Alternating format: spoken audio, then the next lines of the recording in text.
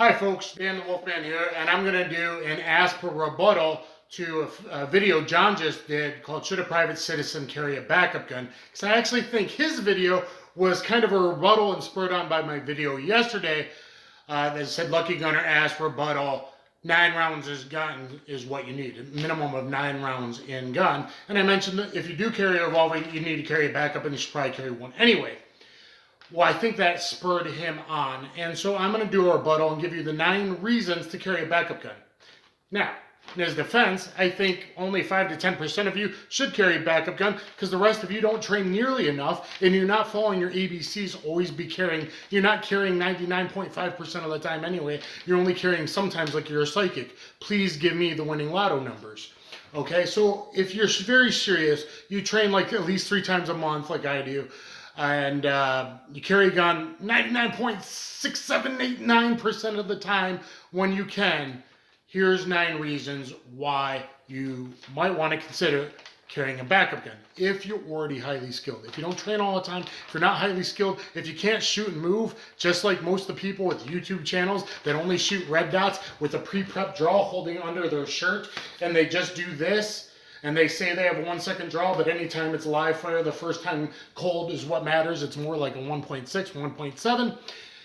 Well, even those guys don't know how to shoot and move. And if you can't shoot and move, well, forget it anyway. But if you are skilled, I am an armed guard, I have some SWAT training, and I've needed, as a civilian, many times to defensively put my hand on my pistol. And about half those times have been multiple would-be attackers. Here's 9 reasons why you might want to carry a backup gun. And let's not even call it a backup gun. That's most of the problem.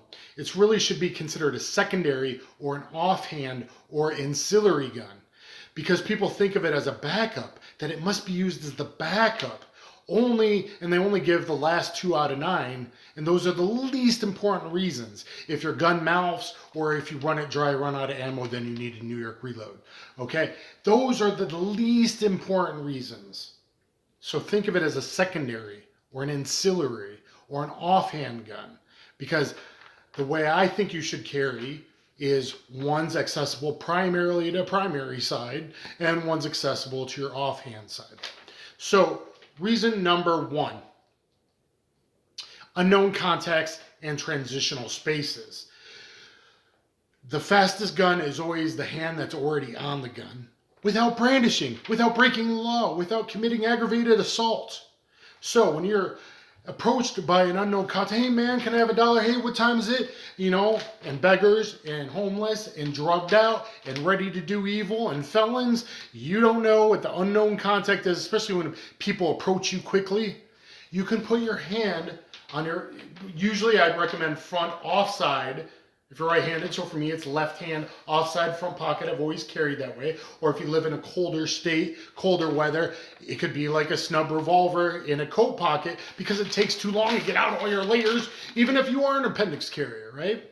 So anyway, unknown contacts and transitional spaces. Maybe you think that's crazy, but usually when I'm walking into a Walmart or something like that, or even any business, I tend to have my hand on my secondary ancillary pistol, or at least lightly on it. I'm kind of walking in, and I look through the windows to make sure it's not being holed up before I walk in.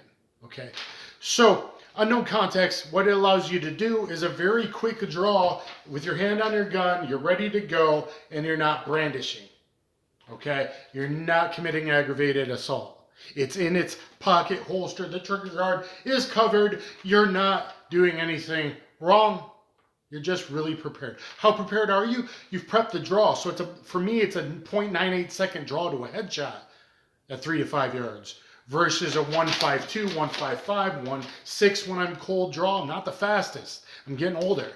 So it's much, much faster. And I think John might have saw my previous video why I picked the P30L as my duty or work carry gun. So you might want to check that out. I think you might have saw it as well, since it carries a P30 and I mentioned them in there. But I always, even when I'm off duty, I carry a backup gun, and lately it's been the Ruger Max 9 Pro. I got 12 plus 1, a 124 plus PHSTs in here. So I always got this. And we'll get to other reasons why that's really good in a minute. So or it could be old man IDPA style vest. I got a revolver in at all times. If God forbid you had to wait in a line at a stop and rob, a stab and rob, a gas station, you went in to get a drink. Okay. Number 2, spatial relationships and a surreptitious draw. So I'm civilian. I've been carrying appendix the last few years. I might be going back to 3 o'clock since I carry that way at work now. So if I'm in a store, like I'm in a line here, and I don't have my hand like it should be on my backup gun, which it usually is, my secondary or ancillary gun, and 3 robbers bust in this way. Do I want to make this big movement, or in a colder state, throw open my jacket, which says I'm going for a gun, this big gross motor movement, or do I want to be able and have the confidence to go okay, man, okay, and engage? Okay, do I want to be able to engage from there? It's much faster and hidden, surreptitious.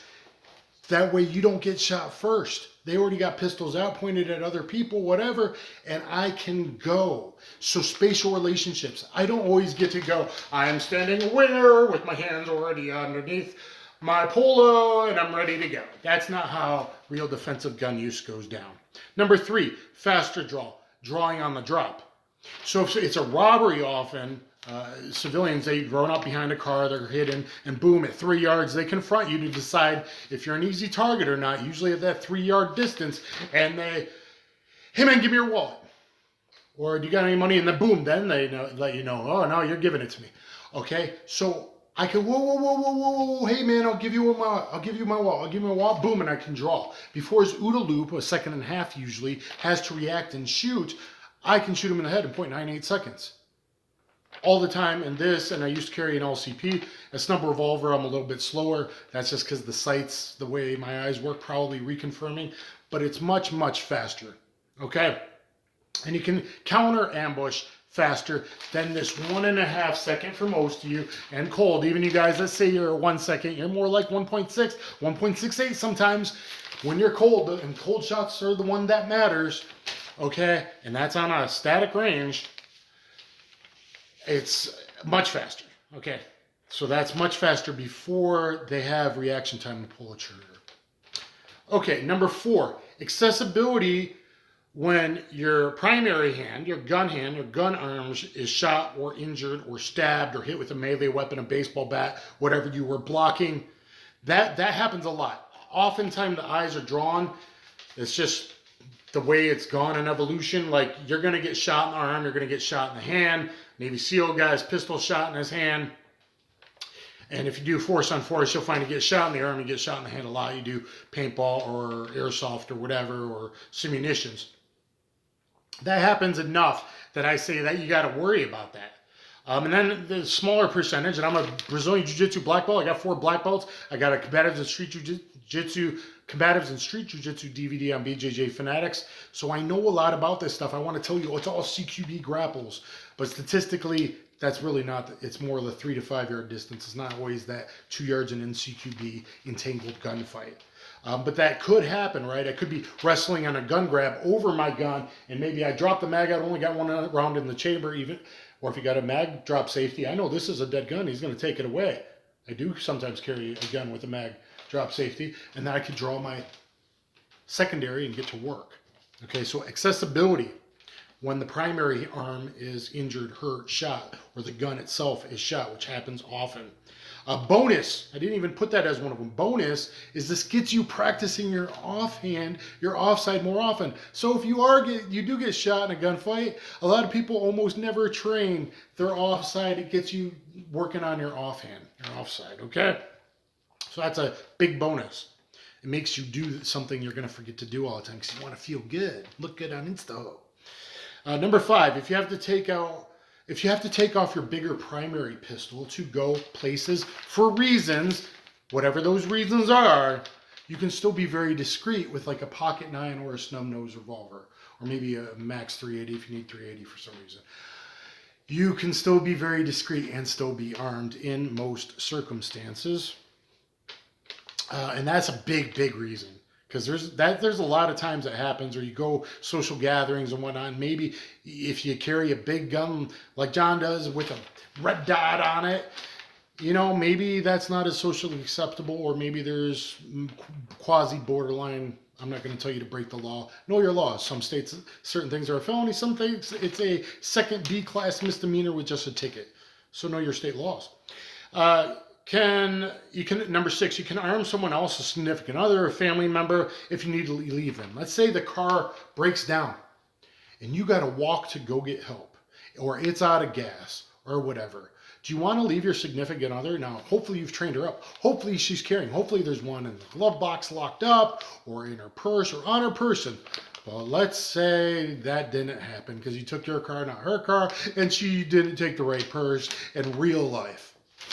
I can give my significant other the secondary, or the micro 9, or snub nose, or whatever. I can give that and feel like she's good, or the other way around, and I'm still armed to go off and do my business, so nobody is a sitting duck.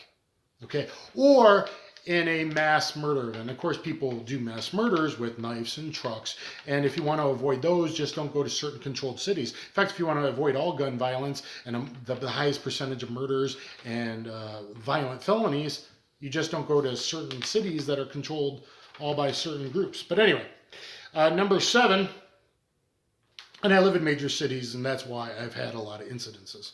Number 7, if they're disarming you, if it's a robbery and they see you're carrying, or even me as a guard, okay, that's a little different, but they might get the drop on me, and they might force me to my knees, and then I might think they're going to execute me in all my tellers or wherever I'm working. I have to be able, then I can draw the backup. So maybe they take your gun off and they're going to shoot people anyway, because it used to be you could like give them their wallets and most of the time it would work. We see that's really changed a lot in the last 10 years or so. Okay, so if you think that they're going to disarm you, while they're disarming you, I could draw and go to work while they're taking this off or wherever I'm carrying. So think about that. Or if they're kneeling down, or they just start shooting people or executing people, you can go to work with your backup or secondary. Okay, and number 8, if your primary pistol mounts hard, you've got another to transition to. The problem is everyone focuses on these, and this is so low percentage, but it's still there. But the last 2 are the least important. The first one, unknown context, spatial relationships, not brandishing. Hey, whoa, hey man, keep your distance, please. I can do that, and I'm ready to do work. Where you're like, I don't know what to do. And now it's too late when he starts to stab you. Okay, maybe a guy just walking around stabbing people. We've seen a big increase in that. So the other reasons are far more important. But number 8, if your primary mouth's hard, right? You can't strip the magazine. It's got a double feed. The cylinder stops rotating because the hand grinded down. Whatever, right? The star got bent out. Something, the casing bent it up so it couldn't rotate. Whatever. It goes down hard. You got a backup. You got a secondary. Number 9, you're always carrying an extra mag or ammo on you out of habit. Because you might grab that gun last minute around the house while I'm just going in the daytime to the grocery store, and you don't carry an extra mag. And then boom, there's a mass shooting event inside that Walmart or Kroger's or whatever. Okay, let's say that. Well, now I got an extra gun that I can arm someone else with possibly, but I got an extra gun that's got 13, 14 rounds wrapped around it, or at least 5 or 6, right? Boy, there's my extra magazine, just conveniently happens to have another capable pistol wrapped around it. Look at my Ruger Max 9 unboxing. Look at why I picked John Wick's pistol for duty carry. And check those out. Why 9 rounds is the minimum I think you should have in gun. And it, like I said, and I think it spewed John out. If you do carry a revolver, thinking you're going to have time even for a speed loader, you're not. You're not wearing competition gear. You're not Jerry Micklick.